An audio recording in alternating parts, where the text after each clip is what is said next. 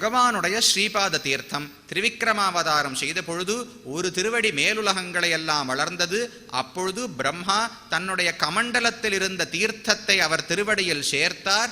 அந்த தீர்த்தம் கங்கையாக வருகிறது. இது தெரிந்து அதில் குளித்தால் நமக்கு பாபங்கள் எல்லாம் நீங்க போகின்றன. ஒரு அழகான கதை. மனு பகவான் இருந்தாரோ இல்லையா, மனுஸ்மிருதி எழுதின மனு, அவர் ஒரு முறை இருக்கும் பொழுது ஒரு 4 பேர் யாரோ வந்து, நாங்கள் வடதேசத்துக்கு யாத்திரையாக செல்ல இருக்கிறோம், குருக்ஷேத்திரத்துக்கு சென்று பகவானை சேவித்து கங்கையில் சென்று நீராடி அங்கிருந்து வரலாம் என்று இருக்கிறோம் என்று தெரிவித்தார்கள். மனு கேட்டார், குருக்ஷேத்திரம் தர்ம பூமி, கங்கை என்பது பகவானுடைய ஸ்ரீபாத தீர்த்தம் என்று நம்புகிறீர்களா என்று கேட்டார். அதெல்லாம் ஏதோ கதை, அப்படியெல்லாம் இல்லை, பெரிய நதி ஓடுறதுன்னு சொன்னா அங்க போய் குளிச்சுட்டு வரலாம்னு போறோம், அதற்கு மேல் கங்கை ஸ்ரீபாத தீர்த்தம்னு ஏதோ புராணத்துல சொல்லியிருக்கு, அதெல்லாம் உண்மையான்னு நமக்கு தெரியல அப்படின்னு சொன்னால் மனு என்ன சொன்னார், நீங்க போகவே வேண்டாம், இங்கேயே இருங்கோன்னுட்டார். கங்கையில் குளித்தால் என் பாபங்கள் எல்லாம் விலகும், கங்கை பகவானுடைய திருவடியிலிருந்து வந்த நீர் என்கிற நம்பிக்கை இருக்கிறவனுக்கு தான் பாபங்கள் விலகும். அந்த கங்கையிலேயே எத்தனையோ மீன் இருக்கு, அந்த மீனுக்கெல்லாம் பாபம் விலகி மோட்சம் போறதான்னு ஒண்ணும் யாரும் போவதாக தெரியவில்லை. ஏனென்றால் அந்த மீனுக்கு அது இருக்கிற தண்ணீர் கங்கை நீர், பகவானுடைய ஸ்ரீபாத தீர்த்தம் என்று தெரியாது, அதனால் பயனில்லை. இவர்களும் இங்கிருந்து சென்று கங்கையில் நீராடினாலும் எந்த பாவமும் போகாது, நல்ல புத்தியும் வராது, நீங்க போகாதீங்கன்னு சொல்லிட்டார். இன்னொரு 4 பேர் வந்தா, நாங்க வடக்க யாத்திரை போறதா இருக்கோம், கங்கையில் குளித்து விட்டு வரலாம் என்று இருக்கிறோம் என்று தெரிவித்தார். சரி, நீங்கள் நம்புகிறீர்களா, கங்கை பகவானுடைய ஸ்ரீபாத தீர்த்தம் என்று நம்புகிறீர்களா என்றால் கண்டிப்பாக திரிவிக்ரமாவதாரம் செய்தார், திருவடி மேல் நோக்கி சென்றது, பிரம்மா தீர்த்தத்தை சேர்க்க அதுதான் கங்கையாக வந்தது, பகீரதன் தான் இந்த உலகுக்கு அழைத்து வந்தார் கங்கையை, அதுதான் வடக்கே ஓடுகிறது, நன்றாக நம்புகிறோம், அதற்காகத்தான் போகிறோம் என்றால் எப்போ அது ஸ்ரீபாத தீர்த்தம், அதில் குளித்தால் பாவம் போகுங்கிற எண்ணம் வந்துடுத்தோ, இனி நீங்கள் அங்கு போகவே வேண்டாம், இந்த எண்ணம் நல்ல புத்தி வரத்துக்கு தானே கங்கையில குளிக்கிறது, ஆகையால் நம்பிக்கை இல்லை என்றாலும் கங்கையில் குளித்து பிரயோஜனம் இல்லை, நல்ல நம்பிக்கை வந்துவிட்டாலும் அதுதான் கங்கையில் குளிப்பதன் பயனே, அதனால் போக தேவையில்லை. விளையாட்டாக சொன்ன இது 2 நாம் இருக்கணும்னு தேவையில்லை, கங்கைக்கு செல்வோம் ஆனந்தமாக, ஒரு முறை பாவம் போவதற்காக குளிக்கணும்னு தேவையில்லை. பகவானுடைய ஸ்ரீபா, இப்ப தினமும் நம்முடைய தாய் தந்தையரை சேவிக்கிறோம், எதற்காக? நன்றி காட்டுவதற்காகவான். என்னை பெற்றெடுத்தாயே நன்றி, என்னை பெற்றெடுத்தாயே நன்றின்னு எத்தனை நாள் சொல்லிட்டு இருக்கிறது. அவர்கள் பெரியவர்கள் ஆசி வழங்குவார்கள், அவர்களை சேவிப்பது கர்த்தவியம் என்று ஆசையோடு செய்கிறோமே, அதே போலத்தான் பகவானுடைய பிரசாதத்தை உட்கொள்வது நமக்கு செய்ய வேண்டிய செயல். பாபம் விலகுவதற்காக அல்ல, அவருடைய திருவடியிலிருந்து வந்த நீர் என்பதற்காக நாம் அங்கு சென்று தீர்த்தம் ஆடுகிறோம். ஆகவே அது தீர்த்த யாத்திரைகள். அதைத்தான் யோக யஜ்ஞா என்று கண்ணன் தெரிவித்தார். திரவிய யஜ்ஞா தானம் செய்வது, தபோ யஜ்ஞா சாந்திராயணம் முதலான விரதங்களை செய்வது, யோக யஜ்ஞா தீர்த்தாட்டனம் புனிதமான க்ஷேத்திரங்களுக்கும் நீர்நிலைகளுக்கும் சென்று வருவது, அதற்கு மேலே சுவாத்தியாய யஜ்ஞா ஞான யஜ்ஞா என்று 2 தெரிவிக்கிறார். சுவாத்தியாயம் என்றால் வேதத்தினுடைய ஒரு பகுதி. அவரவர்களுக்கு ஒரு குலத்தில் பிறந்திருக்கிறார்களோ இல்லையோ, அவர்களுக்கென்று ஒரு வேதம் இருக்கும். இப்ப அடியனுக்கு எடுத்துண்டால் அபிவாதையே ஆங்கிரச பாரஹஸ்பத்திய பாரத்வாஜ திரையார்ஷேய பிரவரான்வித பாரத்வாஜ கோத்ரஹா ஆபஸ்தம்ப சூத்ரஹா யஜுஷாகாத்யாயி, யஜுர்வேதத்தை பயில்பவன் நான், இந்த சூத்திரத்தை சேர்ந்தவன், இந்த கோத்திரத்தை சேர்ந்தவன் சொல்றோமோ இல்லையோ, அதை போல் அவரவர்களுக்கு ஒரு வேத பாகம் சொல்லப்பட்டிருக்கும். அதைத்தான் அவர்கள் முதலில் கற்க வேண்டும். கற்றதோடு போராது, அதை தினமும் மறுபடியும் அபியாசம் செய்ய வேண்டும், பயின்று கொண்டே இருக்க வேண்டும். அதைத்தான் சுவாத்தியாய யஜ்ஞம் என்று தெரிவிக்கிறார். சிலருக்கு திவ்ய தேசங்கள் போறதெல்லாம் பிடிக்காது, தானம் செய்வதும் பிடிக்காது. ஆனால் வேதத்தை கற்றுக்கொண்டு திவ்ய பிரபந்தங்களை அருளிச் செயல்களை கற்றுக்கொண்டு தினமும் 2 மணி நேரம் அருளிச் செயல் என் பகவானுக்கு முன்னால் அமர்ந்து நான் சொல்கிறேன் என்றால் அதுவும் கர்மயோகம்தான். வேதத்தை மறுபடியும் உருச்சொல்வது என்பதே கர்மயோகம்னு கண்ணன் தெரிவிக்கிறார். சுவாத்தியாய யோகம் என்று அதற்கு பெயர். ஞான யோகம் என்றால் அந்த வேதத்தினுடைய பொருள் இருக்கோ இல்லையோ, வேதம் என்கிற சொற்களை மறுபடியும் சொன்னால் சுவாத்தியாய யஜ்ஞம். அதன் பொருள் என்ன என்று ஆராய்ந்து அதை கற்றுக்கொள்வதிலேயே முயற்சி செய்தால் அதற்கு ஞான யஜ்ஞம் என்று பெயர். ஆக முதலிலே 5 சொன்னார், அடுத்து இந்த ஸ்லோகத்திலே 5 சொன்னார், கடைசியாக 3. பிராணாயாமத்தோடு சம்பந்தப்பட்டவை. பிராணாயாமத்தில் 3 நிலைகள் இருக்கோ இல்லையோ, பூரகம், வெளியில் இருக்கும் காற்றை உள்ளே இழுப்பதற்கு பூரகம் என்று பெயர். உள்ளேயே காற்றை நிறுத்தி வைப்பதற்கு கும்பகம் என்று பெயர். காற்றை வெளியே விடுவதற்கு ரேச்சகம் என்று பெயர். இந்த மூன்றையும் 3 வகையான கர்மயோகமாக கண்ணன் தெரிவிக்கிறான். அபானே பிராணம் ஜுஹ்வதி, பிராணே அபானம் ததா அந்யே, சர்வேப்யேதே யஜ்ஞவிதா. சிலர் பிராணவாயுவை எடுத்து அபானவாயுவில் சேர்க்கிறார்கள்னா மூச்சை உள்ள இழுக்கிறான்னு அர்த்தம், பூரகம்னு பெயர். சில பேர் அபானவாயுவை பிராணவாயுவில் சேர்க்கிறார்கள் என்றால் ரேச்சகம், காற்றை வெளியேற்றுகிறார்கள் என்று பெயர். பிராணாபான கதி ருத்வா பிராணாயாம பராயணாக. பிராணவாயு அபானவாயு இரண்டையுமே இருந்த இடத்தில் நிறுத்தி மூச்சை வெளியேயும் விடாமல் உள்ளேயும் இழுக்காமல் நிறுத்துகிறோம் இல்லையோ, கும்பகம் என்று அதற்கு பெயர். இவையும் ஒரு வகையான கர்மயோகங்கள் என்று 13 வகையான கர்மயோகங்களை கண்ணன் தெரிவிக்கிறார். ஆகவே கர்மம் என்றால் செயல், வேதத்தில் சொல்லப்பட்ட செயல்கள். அவை எவை என்றால் இந்த 13 வகைகளை கண்ணன் சொல்கிறார். இவற்றில் ஏதோ ஒன்றை தேர்ந்தெடுத்து விடாமல் நாம் செய்ய வேண்டும் என்பது கண்ணனுடைய எண்ணம். சரி, இதை செய்ய வேண்டும் என அவ்வளவுதானா? இப்ப தீர்த்த யாத்திரை போகணும், அப்பப்ப தானம் பண்ணணும்னு சொல்றீள், அதை தவிர தினப்படி எதுவும் செய்ய வேண்டாமா என்றால் இதற்கு அங்கமாக சில கர்மங்கள் விதிக்கப்படுகின்றன. அங்கம் என்றால் அது முக்கியமான செயல் அல்ல. ஆனால் முக்கியமான செயலை செய்ய வேண்டும் என்றால் சிலவற்றை செய்தால்தான் செய்ய முடியும் இருக்கும் இல்லையோ. உதாரணத்துக்கு திருமணம் எடுத்துக்கொள்ளுங்கள். திருமாங்கல்ய தாரணம், தாலி கட்டுறதுன்னு சொல்றோமோ இல்லையோ, அல்லது கை பாணி கிரகணம், கை பிடிப்பது, சப்தபதி அந்த அக்னியை சுத்தி வலம் வருவது, இதெல்லாம் முக்கியமான காரியங்கள். திருமணம் ஆயிற்றா என்றாலே சப்தபதி நடந்தால்தான் திருமணம் முடிந்தது என்றே கணக்கு. ஆனால் அதை மட்டும்தானா திருமணத்துல பண்றோம்? கார்த்தால காசி யாத்திரைன்னு ஒன்று பண்றோம், ஊஞ்சல்னு ஒன்று பண்றோம், பிடி சுத்துறதுன்னு ஒன்று பண்றோம். கல்யாணமே முடிந்த பிறகு லாஜஹோமம், பொறியிடுதல் என்று ஒன்று செய்கிறோம். இதெல்லாம் என்னவென்றால் இவையெல்லாம் திருமணத்தினுடைய அங்கங்கள். இதுதான் திருமணம் என்பதல்ல. திருமணம் என்கிற முக்கியம், விவாகம் என்கிற சம்ஸ்காரம் என்ன? கையை பிடிப்பது, திருமாங்கல்ய தாரணம், சப்தபதி என்கிற அக்னி வலம்.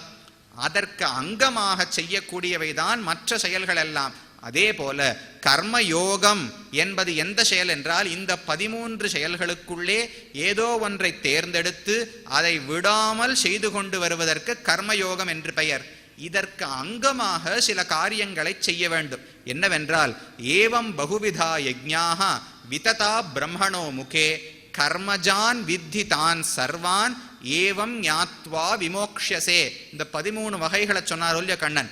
சொன்ன உடனே அடுத்த ஸ்லோகத்தில் தெரிவிக்கிறார், இப்படி பல வகையான கர்மயோகங்களை சொன்னேனே, இவை அனைத்துமே கர்மத்திலிருந்து தோன்றுகின்றன என்று புரிந்துகள். குழப்ப ஆரம்பிச்சிட்டார் மறுபடியும். கர்மயோகம்னு சொன்னேனே 13 வகைகள், இதுதான் கர்மம் நினைச்சுட்டு இருப்போம். இது தோன்றுகிறதே, இதற்கு காரணமான கர்மம் என்ற ஒன்று உண்டு என்று தெரிவிக்கிறார். அது என்ன கர்மம் என்றால் நித்திய கர்மங்கள், நைமித்திக கர்மங்கள், காமிய கர்மங்கள், பஞ்சமகா யஜ்ஞம் முதலான செயல்களை கூறுகின்றன. பொதுவாகவே நாம ஆச்சாரம்னு ஒன்று சொல்லுவோம், கர்மம்னு ஒன்று சொல்லுவோம். கர்மம் என்றால் சில காலங்களில் மட்டும் செய்யக்கூடிய ஒரு செயல். யாகம் செய்கிறோம், தானம் செய்கிறோம். இப்போ கோயிலிலேயே நித்திய உற்சவங்கள்னு சிலது உண்டோ இல்லையோ. இப்போ ஸ்ரீரங்கம்னு எடுத்துட்டீங்கன்னால் ஒவ்வொரு ஏகாதசியும் பகவானுக்கு அபிஷேகம் உண்டு, ஒவ்வொரு ரேவதி நட்சத்திரத்துக்கும் அபிஷேகம் உண்டு, ஒவ்வொரு அமாவாசைக்கும் அபிஷேகம் உண்டு. பஞ்ச பர்வ புறப்பாடுகள் என்றெல்லாம் தெரிவிக்கிறார்கள். இதெல்லாம் நித்தியோத்சவங்கள் என்று பெயர். இதை தவிர சில உற்சவங்கள் எப்படி வரும்? கிரகணம் வருதுன்னு வச்சுக்கோங்க. கிரகண காலத்தில் சிறப்பாக திருமஞ்சனம் அபிஷேகம் நடக்கும் பகவானுக்கு. கோயிலை மூடி விடுவார்கள் முதலில், அதற்கு பிறகு கிரகணம் விடும் பொழுது ஒரு திருமஞ்சனம் நடக்கும். அது இப்பொழுதுதான் செய்ய வேண்டும்னு முன்னாடியே நமக்கு தெரியாது. நித்திய கர்மம் என்றால் ஒவ்வொரு ஏகாதசியும் செய்ய வேண்டும், ஒவ்வொரு அமாவாசையும் செய்ய வேண்டும், ஒவ்வொரு மாத பிறப்பு அன்றும் செய்ய வேண்டும். இப்படின்னு முன்கூட்டியே எதையெல்லாம் நிர்ணயிக்க முடியுமோ அதற்கு நித்திய கர்மம் என்று பெயர். நைமித்திக கர்மம் என்றால் அதை செய்வதற்கான காரணம் எப்போது வரும், நியத்தமாக. இப்ப இந்த வருஷம் எந்த கிரகணமுமே வரல, ஒரு கிரகணம் நடுவில் வந்தது, ஆனால் இந்தியாவில் இருப்பவர்களுக்கு கிடையாது. பஞ்சாங்கத்தில் அதற்காக ஜபம் செய்ய வேண்டும் என்றோ தர்ப்பணம் செய்ய என்றோ போடவே இல்லை. அப்ப இந்த வருஷம் கிரகணமே இல்லை. கிரகணம் ஏற்பட்டால் ஸ்நானம் செய்ய வேண்டும், தர்ப்பணம் செய்ய வேண்டும், முதலான காரியங்கள் உண்டு. அதெல்லாம் இந்த வருஷம் இல்லை, போன வருஷம் இருந்தது, அடுத்த வருஷம் இருக்கலாம். ஆகையால் இவற்றையெல்லாம் நித்திய கர்மங்கள் என்று எண்ண முடியாது. கிரகணம் ஏற்பட்டால், உபராகம் ஏற்பட்டால் ஸ்நானமும் தர்ப்பணமும் செய்ய வேண்டும். கிரகணம் இந்தந்த காலங்களில் நியமேன ஏற்படும், தவறாமல் ஏற்படும் என்று சொல்ல முடியாது. அதனால் அந்த காரணங்களை அடிவொற்றி செய்யப்படும் செயல்களுக்கு நைமித்திக கர்மங்கள் என்று பெயர். அப்ப நித்திய கர்மங்கள் என்றால் முன்கூட்டியே முடிவெடுக்கப்பட்ட நாட்களில் தேதிகளில் செய்யப்பட வேண்டிய கர்மங்கள். அது என்னவென்றால் சுலபமானது. சந்தியாவந்தனம், காலையும் மதியமும் மாலையும் சந்தியாவந்தனம் செய்ய வேண்டும்னு சொல்கிறார்களோ இல்லையோ, அது என்றுமே செய்ய வேண்டும், உயிரோடு இருக்கும் போதெல்லாம் செய்ய வேண்டும். அப்ப அது நித்திய கர்மமாக ஆகிறது.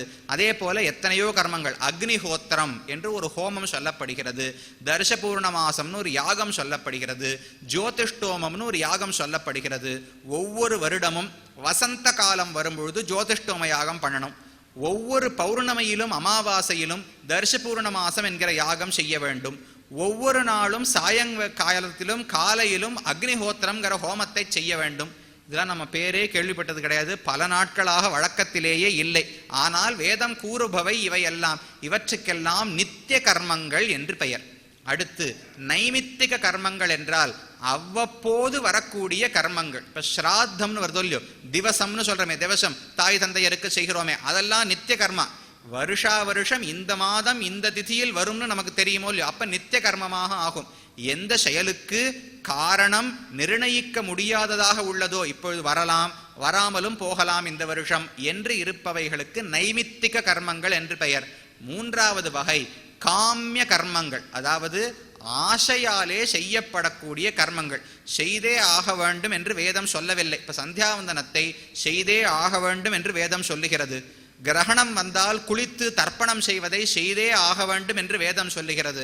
ஆனால் வேற சில இடங்களில் உனக்கு பணங்காசு வேண்டுமா, இந்த யாகத்தை செய்வாய், மக்கள் பேறு வேண்டுமா, இந்த யாகத்தை செய்வாய், ஸ்வர்க்கத்தை அடைய வேண்டுமா, இந்த ஹோமத்தை செய்வாய் என்று சில இடங்களிலே ஆசையுடையவர்கள் மட்டும் வேண்டுமானால் செய்யலாம் என்று சில கட்டளைகள் இருக்கும். அவற்றுக்கு தான் காமிய கர்மங்கள்னு பேர். காமம், காமம் என்றால் ஆசை என்று பொருள்.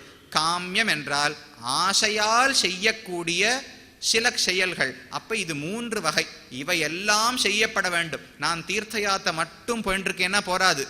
தினப்படியில் நித்திய கர்மங்கள், நைமித்திக கர்மங்கள், காமிய கர்மங்கள் அனைத்தையும் செய்து கொண்டிருக்க வேண்டும்.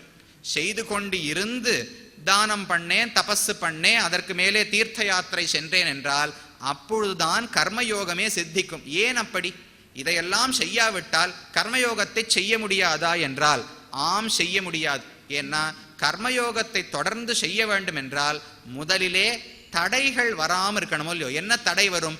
நம்முடைய பாபங்கள் தான் தடையாக இருக்கும். எத்தனையோ நாட்கள் தீய செயல்களை எல்லாம் செய்து பாபங்களை சேர்த்து வச்சிருக்கோமோ இல்லையோ, அந்த பாபங்களே ஒரு யாத்திரை செல்ல வேண்டும் என்று முடிவெடுத்திருப்போம், செல்ல விடாமல் ஏதோ ஒன்று நேர்ந்து விடும், தடைப்பட்டு போகும். ஏதோ ஒரு பாபம் பண்ணியிருக்கோம், தடைப்படுகிறது.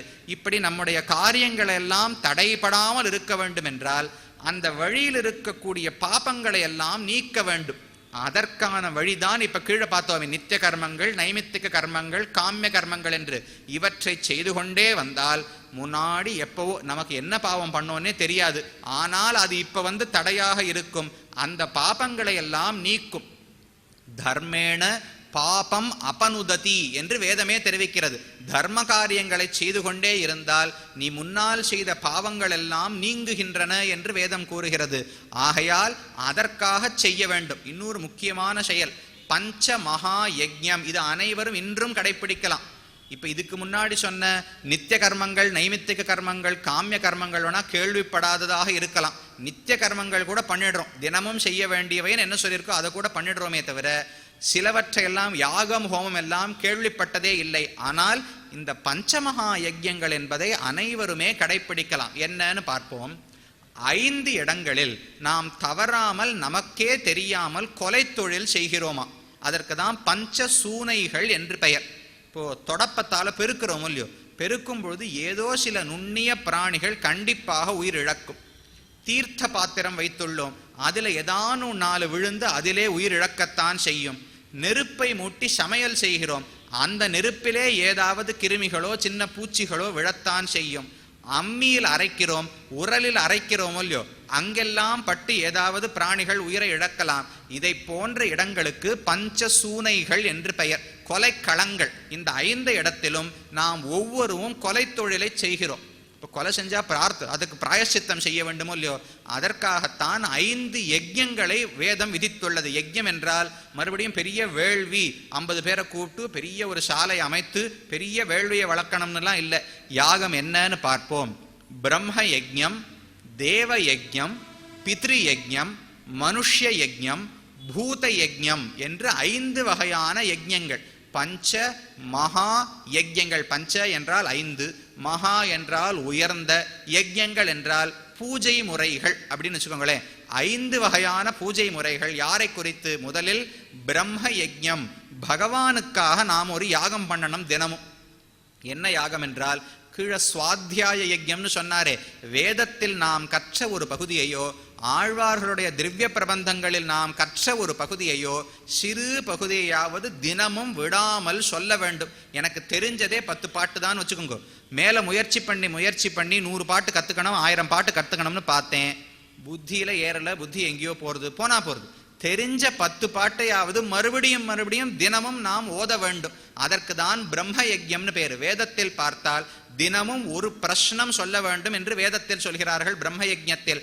அதே போல் திவ்ய பிரபங்களையும் யார் தெரிந்தவர்களோ ஓதலாம். இது பிரம்ம யஜ்யம். பகவானுக்காக நாம் செய்யக்கூடிய ஒரு யாகம் என்னன்னால், வேதத்தையோ அருளிச் செயல்களையோ சிறிதாவது தினமும் ஓத வேண்டும். பிரம்ம யஜ்யம். அடுத்து தேவ யஜ்யம். நாம் அனைவரும் அறிந்தது, வேள்விகள் செய்வதோ அல்லது அந்தந்த தேவதைக்கு உணவு கொடுக்கிறோமோ இல்லையோ, ஏதோ ஒன்று ஒரு தளிகை சமையலை செய்தால் அதை ஒரு தேவதைக்கு கை காட்டுகிறோமே, அதற்கு தேவ யஜ்யம் என்று பெயர். அது 2வது. 3வது பித்ரு யஜ்யம். பித்ருக்கள் என்றால் நம்முடைய வம்சத்தில் மூதாதையர்கள் இருந்திருப்பாளோ, நமக்கு முன்னால் இருந்தவர்கள். அவர்கள் இந்த உடலை விட்டிருந்தாலும் பித்ருலோகம் என்கிற உலகத்திற்கு சென்று இருப்பார்கள். அங்கிருந்த அடுத்த பிறவியே கூட அடைந்திருப்பார்கள். ஆனால் அவர்களுக்கு தர்ப்பணம் பண்றோமோ இல்லையோ, தர்ப்பணம் பண்றச்சே 3 தலைமுறைக்கு தர்ப்பணம் செய்வதுண்டு. அடியனுடைய தகப்பனார் செய்கிறார் என்றால் அவருடைய அப்பா, அவருடைய அப்பா, அவருடைய அப்பா, இப்படி. அதாவது ஒருவர் செய்யும் பொழுது தன்னுடைய தந்தை, அவருடைய தந்தை, அவருடைய தந்தை, இப்படி 3 தலைமுறைகளுக்கு தர்ப்பணம் செய்ய வேண்டும். தர்ப்பணம்னா என்ன? அவர்களை குறித்து ஒரு அரிசி, எள்ளு இதை வச்சு ஏதோ ஒரு எள்ளை வைத்து நாம் தர்ப்பணம் செய்கிறோம். அது அவர்களுக்கு உணவாக சென்று சேரும் என்று சாஸ்திரம் கூறுகிறது. இங்கு நாம் எள்ளாக அதை கொடுக்கிறோம். அதிலிருந்து இருக்கக்கூடிய ரசம் மேலே பித்ருலோகத்துக்கு சென்று அங்கு இருக்கக்கூடிய பித்ருக்களுக்கு உணவாக அளிக்கப்படுகிறது என்று சாஸ்திரம் தெரிவிக்கிறது. ஒருவேளை என்னுடைய தாத்தாவோ கொள்ளுத்தாத்தாவோ நான் தர்ப்பணம் செய்வதற்கு முன்னாலேயே அவர் வேற ஒரு பிறவியை எடுத்துட்டார்னு வச்சுக்கோங்க. பித்ருலோகத்தில் இருந்தார் என்றால் ஒரு 1000 ஆண்டுகள் பித்ருலோகத்தில் இருக்கார், இல்ல 300 ஆண்டுகள் இருக்காருன்னு வச்சுக்கோங்களேன். இன்று ஒருவர் தான் தர்ப்பணம் செய்கிறார். தன்னுடைய மூதாதையர்களில் யாரெல்லாம் பித்ருலோகத்தில் உள்ளார்களோ அவர்களுக்கு இது நேரே சென்று கிட்டிவிடும். யாரெல்லாம் யாரோ ஒருவர் இப்போ ஒரு சிங்கமாக பிறவி எடுத்திருக்காருன்னு வச்சுக்கோங்க, யாரோ ஒருவர் யானையாக வேறொரு இடத்துல பிறவி எடுத்து விட்டார்னு வைத்துக் கொள்ளுங்கள். அப்ப நான் பண்ணது வியர்த்தமா? நான் பண்ணது பித்ருலோகத்தில் இருந்த பித்ருக்களுக்கு தான் பயனாக இருக்கும். அவர்களே வேறு பிறவியை எடுத்து விட்டால் வீணாக போகுமானா? அப்படி அல்ல. ஒருவன் தர்ப்பணம் செய்தான் என்றால் தன்னுடைய பித்ருக்களுக்கு அவர்கள் அந்த பிறவியில் என்ன உணவை உண்பார்களோ அந்த வடிவத்தில் சென்று அடையும்னு பகவான் சொல்றார். பித்ருலோகத்தில் இருந்தால் அவர்களுக்கு தகுந்த உணவாக போகும். சிங்கமாக பிறவி எடுத்திருந்தால் அவர்களுக்கு வேண்டிய மாம்சமாக போகும். குதிரையாக பிறந்திருந்தால் அவர்களுக்கு வேண்டிய கொள்ளு புல்லாக செல்ல போகிறது. ஆகையால் பித்ரு யஜ்யம், நம்முடைய முன்னோர்களுக்கு செய்ய வேண்டிய தர்ப்பணம், ஸ்ராத்தம் முதலான கர்மங்கள் பித்ரு யஜ்யம் என்று தெரிவிக்கப்படுகின்றன. அப்ப முதலில் ஸ்ரீமன் நாராயணன் பிரம்மம், அவரை குறித்து ஒரு யஜ்யம். அடுத்த நிலை தேவதைகள், இந்திரன், சந்திரன், குபேரன் இவள்லாம் இருக்காளே, அவர்களுக்காக ஒரு யஜ்யம். அதற்கு அடுத்த நிலை நம்முடைய முன்னோர்களான பித்ருக்கள், அவர்களுக்கு ஒரு யஜ்யம். ஏன் சுவாமி, இந்த உலகத்தில் இருக்கிறவாளுக்கு ஒண்ணுமே கிடையாதானால் அடுத்து அதைத்தான் சொல்லுகிறார், மனுஷ்ய யஜ்யம். அதிதிகள், நம்முடைய வீட்டுக்கு விருந்தாளிகள் வந்தாலோ வராவிட்டாலும் கூட சாஸ்திரம் சொல்லுவது, வீட்டில் சமையல் முடிந்ததுன்னு வச்சுக்கோங்க, அதை எடுத்து பகவானுக்கு நைவேத்தியம் பண்ணி முடித்துவிட்டு வாசலில் சென்று ஒரு குறிப்பிட்ட காலத்துக்கு யாராவது வழிப்போக்கர்கள் செல்கிறார்களா, எத்தனையோ கிராம கோயில்கள்லாம் இருக்குமோ இல்லையோ, இப்போ கொஞ்ச நாள் முன்னாடி வரைக்கும் கூட வழக்கத்தில் இருந்தது. வீட்டில் பூஜை எல்லாம் முடித்து விட்டு அன்னைக்கு யாராவது 4 பேர் அந்த பெருமாளை சேவிக்கிறதுக்கு வெளியூர்லேருந்து வந்திருப்பாளோ இல்லையோ, உணவுக்கு எங்கு செல்வார்கள்? இப்ப இருக்கிற மாதிரி கடையிலெல்லாம் சாப்பிட முடியாது. எல்லாரும் வீட்டில் சமைத்ததை மட்டும்தான் சாப்பிட்டு கொண்டிருந்தோம். ஆகையால் அவர்கள் வந்தால் கோவிலிருந்து அவர்களை வீட்டுக்கு அழைத்து வந்து அவர்களுக்கு முதலில் உணவை பரிமாறி அவர்களை உண்ண வைத்து பிறகுதான் அந்த வீட்டு தலைவன் உண்ண வேண்டும் என்று சாஸ்திரம் கூறுகிறது. வழக்கத்திலும் இருந்தது. ஆகையால் மனுஷ யஜ்ஞம், விருந்தோம்பல்னு சொல்றோமே, மனுஷர்களுக்கு அன்னதானம் முடிந்தவரை செய்ய வேண்டும். தானம்னு வச்சுக்காதீங்க. தானம்னா என்னமோ என்கிட்ட இருக்கு கொடுக்குறேங்கிற மாதிரி ஆயிடும். நம்முடைய கடமை என்று சாஸ்திரம் சொல்லுகிறது. அனைவருக்கும் முடிந்தவரை உணவிட வேண்டும். அது மனுஷ யஜ்ஞம் என்று பெயர். கடைசியாக பூத யஜ்ஞம், மற்றும் உண்டான பிராணிகளுக்காக பலியிட வேண்டும். ஏதோ ஒரு நாய்க்கு இந்த இலையில சாப்பிடுறோமோ இல்லையோ, இலையில் சாப்பிடும் பொழுது கொஞ்சமாவது மீதம் அதில் வைக்க வேண்டும் என்று சாஸ்திரம் சொல்லுகிறது. எதற்கு மீதம் வைக்க வேண்டும்? சில பேர் பார்த்தா நன்னா தொடச்சி அதிலேயே இன்னொருத்தர் உட்காந்து சாப்பிடலாங்கிற அளவுக்கு இருக்கும். அவ்வளவு சாப்பிட்றதுக்கு முன்னாடி எவ்வளவு சுத்தமாக இலை இருந்ததோ அதை போல நன்னா வழிச்சு சுத்தமா சாப்பிட்டுட்டு போயிடுவா. அப்படி செய்யவே கூடாது. இலையில் சாப்பிட வேண்டும். தட்டை பத்தி நான் சொல்லவே இல்லை. தட்டுல மிச்சம் வச்சா அது எங்கேயோ கொட்ட தான் போறோம். இலையில் சாப்பிட வேண்டும். அந்த இலையில் சிறிதாவது மீதம் வைக்க வேண்டும். அதை கொண்டு போய் வாசலில் இட்டால் ஏதோ நாயோ ஆடோ ஏதோ சில பிராணிகள் அதை உண்டு ஜீவிக்கும் இல்லையோ, அது கூட பூத யஜ்யம். அல்லது ஒரு எறும்பு சாப்பிடணுங்கிறதுக்காக அரிசி மாவுல கோலம் போடுறது உண்டு. அதை யாரோ 4 பேர் சாப்பிட்டுட்டு ஒரு பிராணிகள் ஜீவிக்குமோ இல்லையோ, இதை போல் பூதங்களுக்கு வேண்டிய யஜ்யங்களையும் செய்ய வேண்டும். இதுதான் பஞ்ச மகா யஜ்யங்கள்.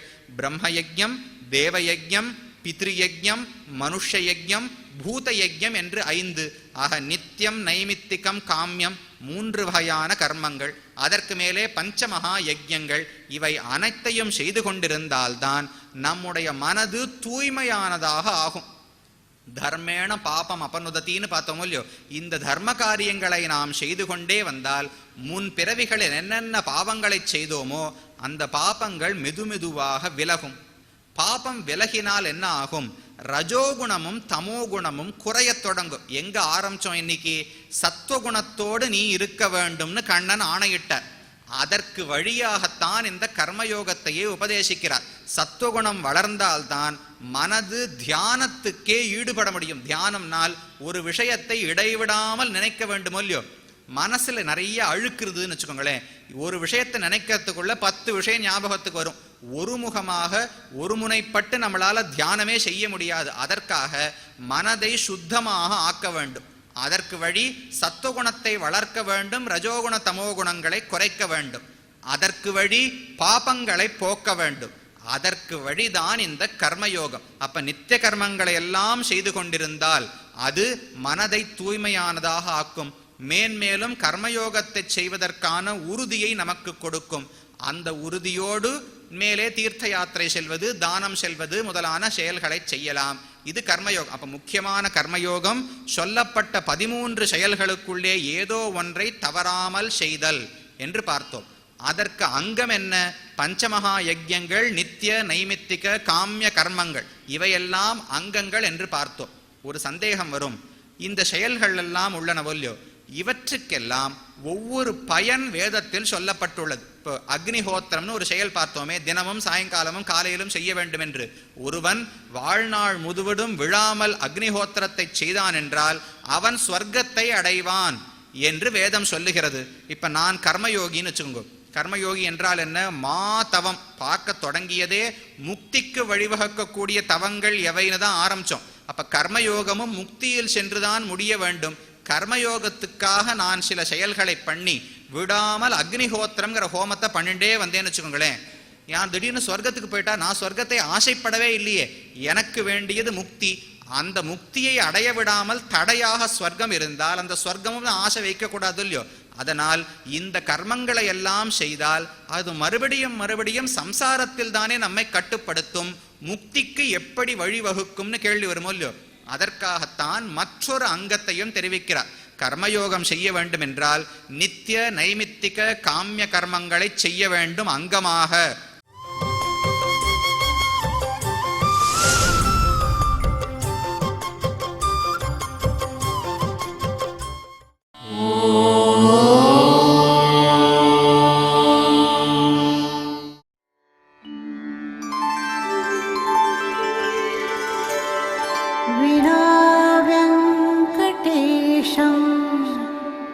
अनाथो दनाथः सदा वेङ्कटेशं स्मरामि स्मरामि। हरे वेङ्कटेश प्रसीद प्रसीद। प्रियं वेङ्कटेश प्रयच्छ प्रयच्छ।